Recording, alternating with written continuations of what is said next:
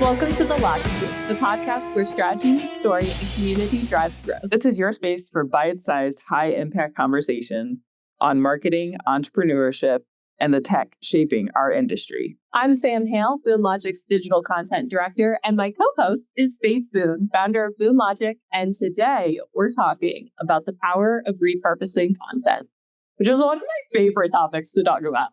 Yes, definitely one of our favorite topics. We do it all the time. So I am excited to dig in. I think it's a great topic because sometimes I think people get the wrong idea about repurposing because sometimes you'll bring it up with clients and they think it's almost like lazy. Yeah. Because it's like you're reusing the same thing, but it's not putting out the same thing multiple times. It's using one piece of content to create multiple different engaging pieces. Yeah. So it's working smarter, not harder. Exactly. And it's actually, it's a way to be more efficient, just like you said, and I think that it's fun when the client does see the results and they're like, oh my gosh, how did you take that one video and turn it into 5 different pieces of content? I think that's the best part for me is like when they're like, oh my gosh, I didn't even know that you could do that many things with one video. Yeah, when it clicks too. And especially when working with clients, that's great because they have their whole job. They're doing all kinds of stuff. They don't necessarily have time to give us everything we ask for. But if they can hand us off one piece of content, maybe it's a video, maybe it's an article, and we can take it and run with it. So, a lot of times we get videos from clients. We can create reels. We can ghostwrite articles or blogs if that's something they're interested in. We can make infographics from it. So it's taking that one piece and without them having to give us anything else, we're able to create a ton of different engaging pieces of content. And also what I love is when you repurpose content, you're able to connect with different kinds of learners.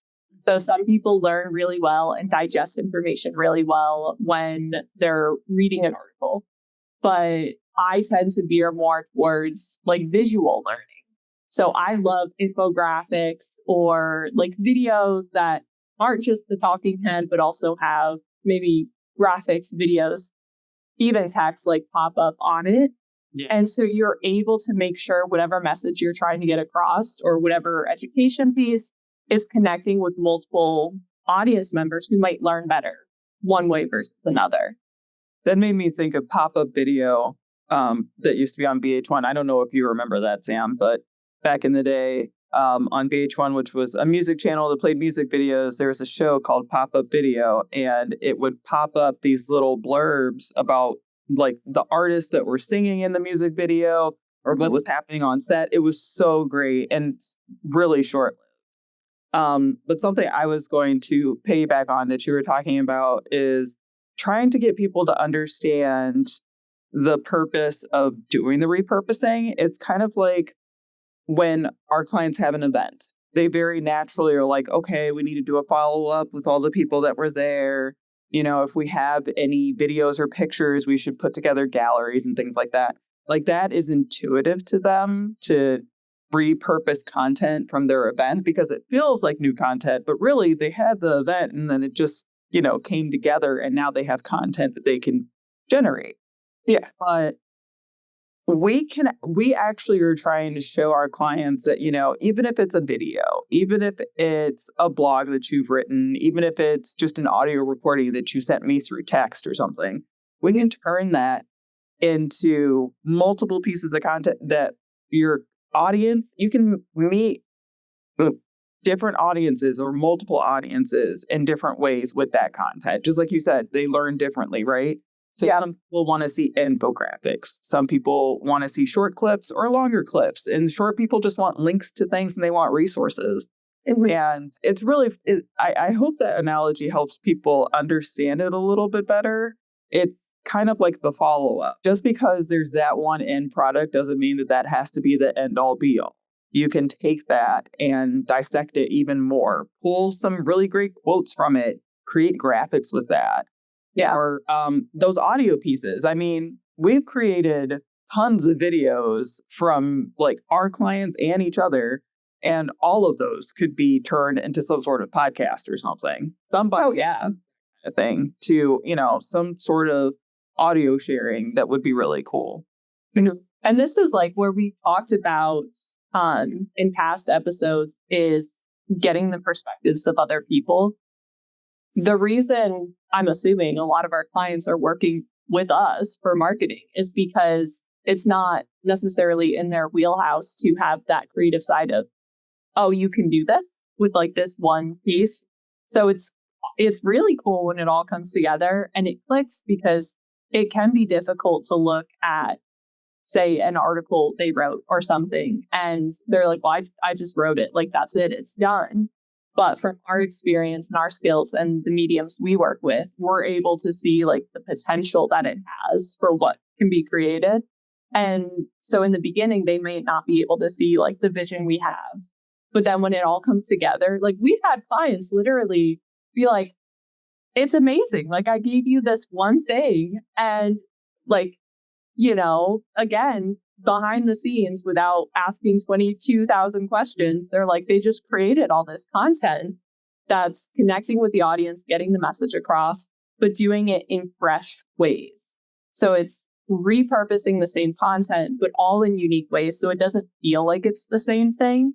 It's just showing it in new ways and new forms to connect with different people.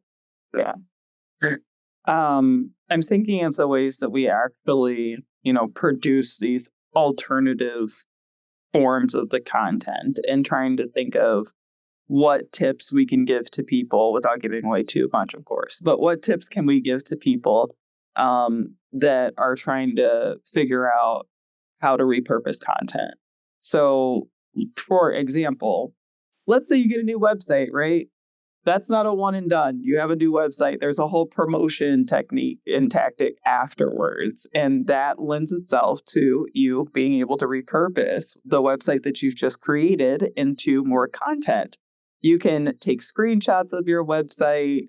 You can get people to leave feedback for you. And you can take these things, use them on your social media to promote your new website, use them in your email marketing. I mean, so many things. Don't think that the thing that you've created, that's it. You will save yourself time and possibly help yourself gain more money by repurposing that content and using it to your advantage. And also another win is when you do that, you spend a lot of time and energy using this example, revamping that website. Show it off. Exactly. Don't just finish it, be like, oh, at least, check it off the list, it's done. Celebrate that you've done it, share it with your audience, because in theory, it's going to be more user-friendly, intuitive, like beneficial for your audience that's going to be using it. So let them know. And chances are, like you said, they'll engage with it. It'll bring more people to your site, hopefully, give you more content, and also just help you celebrate all the work that you put in. Because for any content that our clients create, time and energy put into it. So for us to be able to repurpose it, show it off, people, myself included, needs to celebrate the work that we accomplish. It's so easy to get stuck in just to-do lists, mountain of tasks to do, check them off, and feel like you're not accomplishing anything. So when you repurpose it, it's like another way to feel good and really appreciate the work that you've put in as well. Yeah. So it's like, work smarter, not harder, and also celebrate yourself because you just bang for your buck. Exactly. Yeah. Can you explain? So sometimes when we have client emails, like if we're doing email marketing, sometimes you will take like the newsletter and you'll like use a tool to make it look like you're scrolling through it on a phone. Mm-hmm. How do you do that? So I love when clients send out newsletters because so for listeners, I do a lot of social media for various clients. So when they send out newsletters, it's a great way, one, for me to get content because I can see what they've shared in the newsletter. So I don't have to attend every meeting. I can kind of get caught up there, pull individual things from that, and then, promote them individually, but also just to showcase newsletters, encourage people to sign up, give them a taste of what it looks like, what it has to offer. It's as simple as doing a screen recording on my phone. So I'll just open it up on my phone, start a screen recording without audio so you don't hear my dogs barking in the background. And you just, add that video. We use Canva a lot. So they have phone frames already. So you can just drop the video I made into the frame. And it just shows people a little bit of what the newsletter looks like. You can add animations for things like a lot of the newsletters are interactive. So they include buttons to click here to learn more and pull up all these amazing landing pages that Faith creates for various things. And all it stems from just a screen recording, which, if you have a smartphone, easy peasy. Everyone can do it. You don't need crazy software to do a lot of this stuff. It just takes looking at the resources you have and thinking, how can I then use that? Yeah. No, that's so true. It doesn't have to take you adding more infrastructure or going out and purchasing more equipment. You probably already have the tools at your disposal.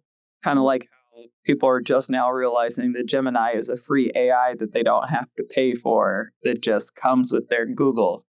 Yeah. And then they're just like, oh, wait, why am I paying for all these other AIs then? Don't know. You could be doing it for a much more cost-effective way. Yeah. And it can be looking at this stuff, people might think, because of course in social media, you see all the affiliate advertising, people telling you, you need this, you should use this. And so it can feel like you don't have the resources to get started. But I think being resourceful and taking inventory of what you have and what you can use to start, because there's always room to grow. And as, you bring in more income, you can add on fancy equipment or software, things like that. But there's so many things that you can just do now to get started that are cost effective or even free. And once you get started and just, think a little creatively or talk to people who might have ideas and see what they do, there really is a lot you can do. Yeah. And just kind of get started. I think one of the simplest versions of repurposing your content is one people probably don't even realize is repurposing your content. But let's say you're on Instagram and you put up one of your Instagram posts, or let's say it's Boone Logic and we're your marketing company and we put up one of your posts. It's from your scheduled calendar, right? If you're at home and you see it and you're scrolling on your Instagram, and you can literally you can share that as a story. And that is the simplest way. Yes, that's still repurposing content. That content was made to be a static post. Now you can share it as a story. You can add embellishments to it. You can give it movement. AI does all sorts of crazy things now, so don't get too crazy. But that's another way to reach a different audience. I swear, if you have content on your Instagram that's static and you use it as a story, the static one, if it's not getting any engagement, you will at least see the engagement in the story. It shows you everyone who looks at it in 2 seconds. And most people don't mind hitting a heart on a story. They don't even think about it.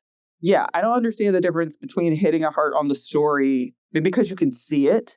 Because again, visual learning, I feel like that's huge in marketing. Being able to see that little heart animation is more than seeing just the static heart under the photo. They get more of a endorphin rush. Endorphin rush. They see the heart. Yeah, there's so, yeah. But that is a very simple way to repurpose your content without having to recreate the wheel. You can take that static post, share it as a story, add some music to it. Instagram just lets you search for what song you want. The other day I did that, and I hadn't heard Me and My Gang from Rascal Flatts in 10 years. And I thought it was so funny. Faith shares this, and it's a country song, which I was not expecting because she's like a rock and roll girl. I was like, I know, I love the choice, but I was like, wow. It was so perfect too. I had to listen to the lyrics and I was like, oh, this totally is clutch. It was so great. But that's a very simple way that you can, repurpose your content for free, reach a new audience, and gain more brand awareness. Oh, 100%. And another one I love, which again would be free to do is if you have, there may be a time limit and like length for the free version, but if you have a reel or like shorter videos, I think I've done up to a 15-minute video, just in what I've done. TurboScribe is just like an online subscription. You get 3 free subscriptions a day, which is like crazy for the work that we do. I'm like, for it to refresh every 24 hours, like that's perfect. Yeah. And it'll transcribe your content for you. So if you have a video, you toss it in there. And of course, you have to go through and make the formatting prettier and stuff like that and make sure it's correct. When you use AI, always check. But that's a super easy way to, one, with a video, be able to also provide a transcription, which makes it more accessible for, people in your audience who may be hearing impaired or who maybe just are out in the world and don't want to have their volume on, don't have headphones. So it's making your content more accessible, which we love. And it's also then to see it written out, it's so much easier to put together a short blog, maybe a recap of what the video goes through, and then to be able to share that as a resource as well. Let me tell you, from my journalism days, I remember listening to the audio and stopping every few seconds to type it up and transcribe by hand. So this is like game changing for me. Totally game changing. Yeah. And it's completely free to use. Like I said, like I'm not sure, there may be, if you try to upload an hour-long video, they might be like, hey, you got to pay for that, which fair enough. That's right. That's a long video. Yeah. But if you're doing shorter content, like our podcast episodes, I've transcribed and then been able to use that to, have a recap of what we talked about and then use that to write the captions, the show description, show notes, things like that. There's a ton of resources online that you don't have to pay for. They have free versions or free trials, test it out. And then you can make such a wide variety of content from that. Yeah.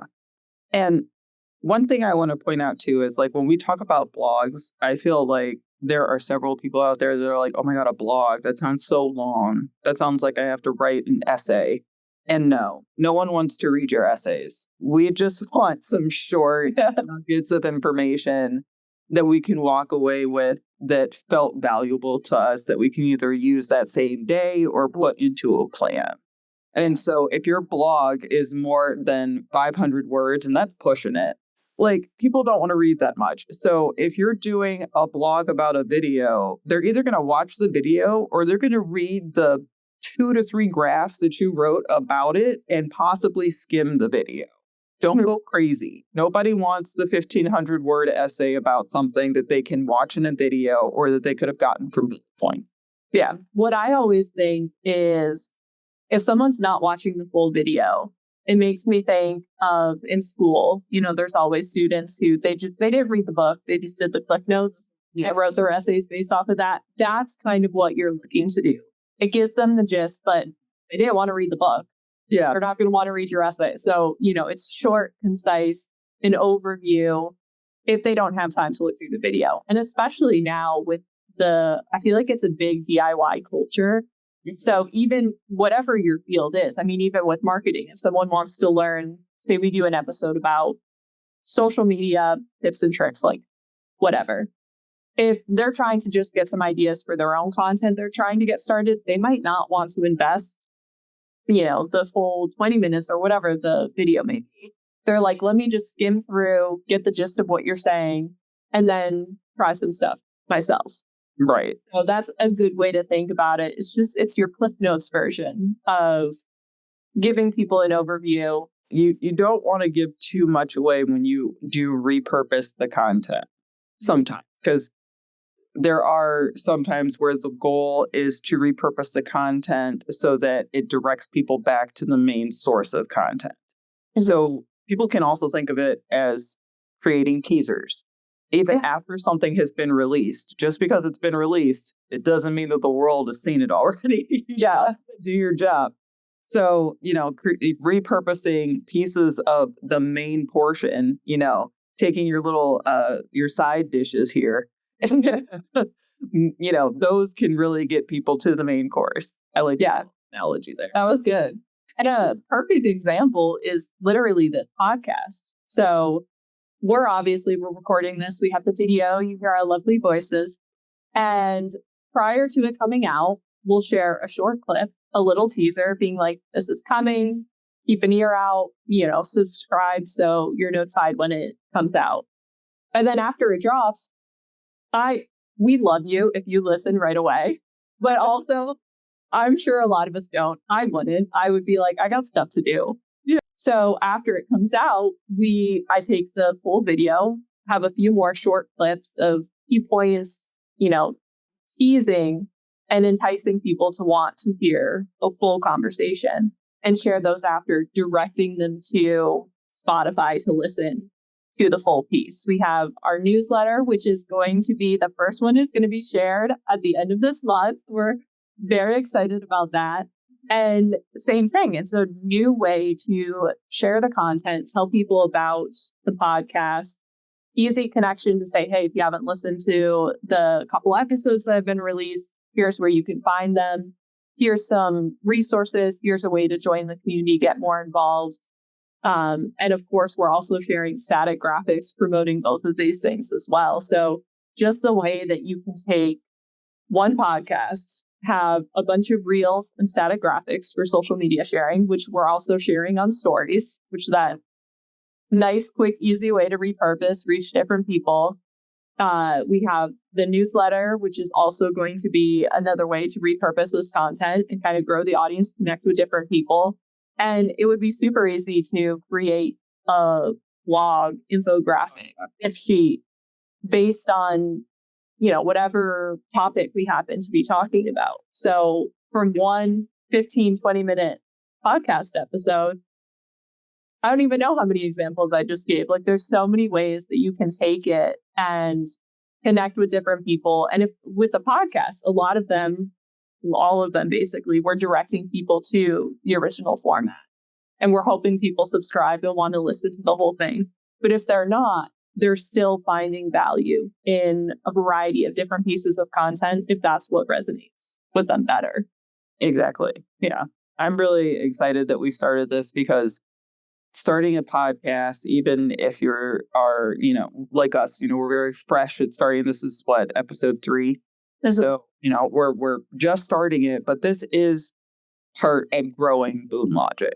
Like, we are growing because we're finding a new way to reach our audience, but also, this will be we'll have a new page on our website about this. We'll have a whole new social media campaign just about the Logic Loop and about people that we'll have to come on and that we can have special guests and all sorts of things, and sharing all sorts of resources. I mean, this is really exciting. The thing that's really important to me, and it's still on my little LinkedIn header, is collaboration. And I want us to have more marketers on our podcast so that they can repurpose this content, so that they have a piece of content that they can share with their people, and maybe they start their own niche podcast.